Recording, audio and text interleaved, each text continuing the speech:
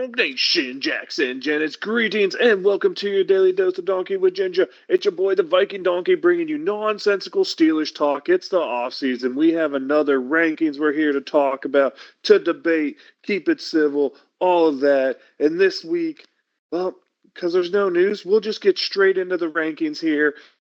We'll see how you feel about AFC North tight end group rankings. And this time, the best is at the top, but we'll go ahead and start at the bottom.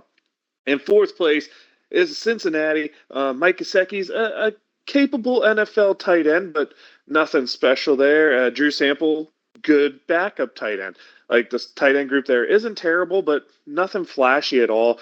Last year, they combined for 43 catches, 413 yards, and 3 touchdowns. So clearly last place, because right above them is where you start to see these groups that maybe would have been higher if they didn't lose players previously. We have the Baltimore Ravens coming in third. Of course, huge loss for them is Isaiah Likely leaving that tight end group for greener pastures. But they still have Mark Andrews aging a bit, hasn't put up the crazy numbers we've seen from him in the past. Last year was at 48 catches, 422 yards, and 5 touchdowns. Not exactly what you want to see. And the main backup there is going to be Smythe, and he had 4 catches for 25 yards and nothing. So as a group, they had, 52 catches for 450-ish yards and 5 touchdowns. Not a whole lot to see there. If you haven't noticed here, the trend is we're only going off the top 2. I know all these groups have capable third tight ends and all of that, but all the third tight ends are pretty much the same in every group. No one stands out. It's a bunch of guys who are either future young guys or old veterans that are just depth pieces at this point of their career. So we kind of left them off the rating charts.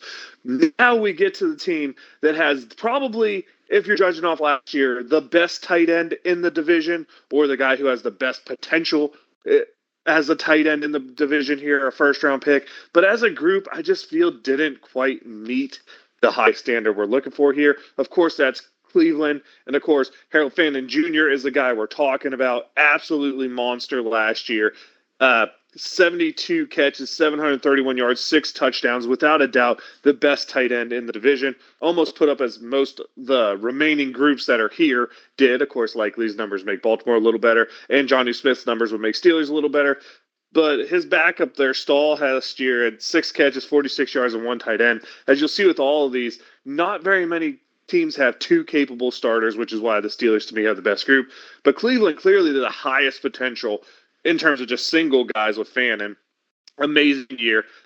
Probably would have been the best group had they retained David Njoku, but losing David Njoku kind of pushes them down the rankings a little bit. Fannin, though, without a doubt, if you're ranking individually, is the best tight ends. And maybe we'll do that afterwards. We'll go with the 5 best tight ends in the division.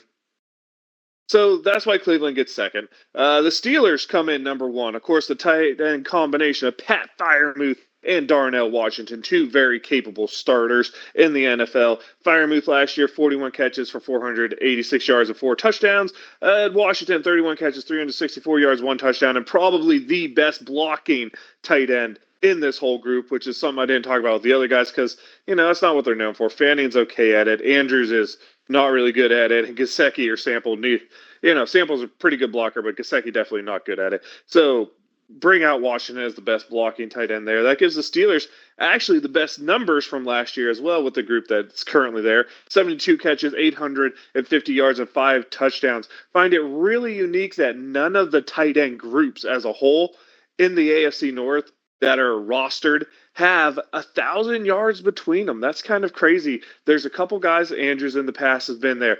Freiermuth has been close to it.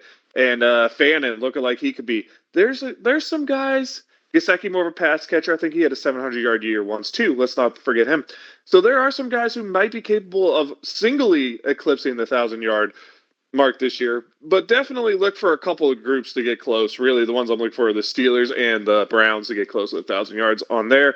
So tight end rankings for the AFC North, that's Pittsburgh 1, Cleveland 2, Baltimore 3, Cincinnati 4. If we're going to rank, let's rank the top 5. So we'll get which will include every team's starters and one team's backup. Top 5 tight ends if you were to rank them here. Let's start at the top. Fannin Jr. definitely number 1. Number 2 to me is Darnell Washington, because I think he can take a step farther than what Pat Firemouth has done. Number three to me, just based off history, and I haven't seen him completely lose that step yet, will be Mark Andrews.